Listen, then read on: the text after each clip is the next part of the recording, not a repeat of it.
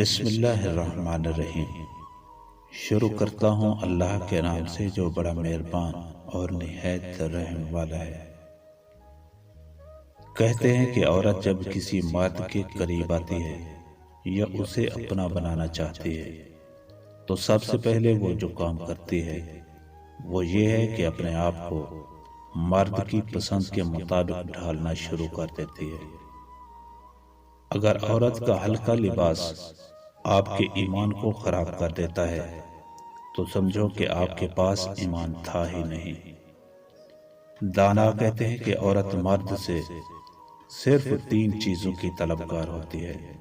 عورت نرم مزاج ہوتی ہے اور وہ ہمیشہ مرد سے نرمی کا برتاؤ ہی چاہتی ہے۔ وہ ہمیشہ محبت کے حصار میں رہنا پسند کرتی ہے اور ہمیشہ چاہے جانے کی طلبگار رہتی ہے۔ جب تم کسی عورت سے محبت کرتے ہو تو وہ خوبصورتی سے چمک اٹھتی ہے اور وہی چمک اس کی آنکھوں میں پھیل جاتی ہے۔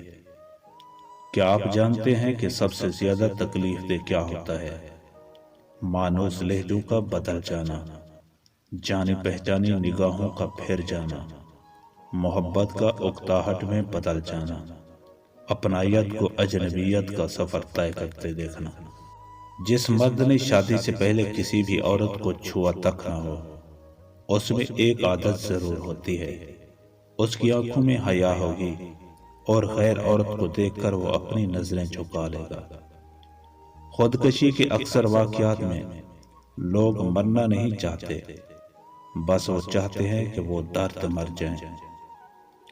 جب دل ٹوٹ جائے تو اسے اٹھا کر اسی مصور کے پاس لے جاؤ جس نے اسے بنایا ہے، کیونکہ اس سے بہتر کوئی نہیں جان سکتا کہ کون سا رنگ کہاں پر بھرنا ہے اور کس دھاگے سے کہاں پر پیمند لگانا ہے۔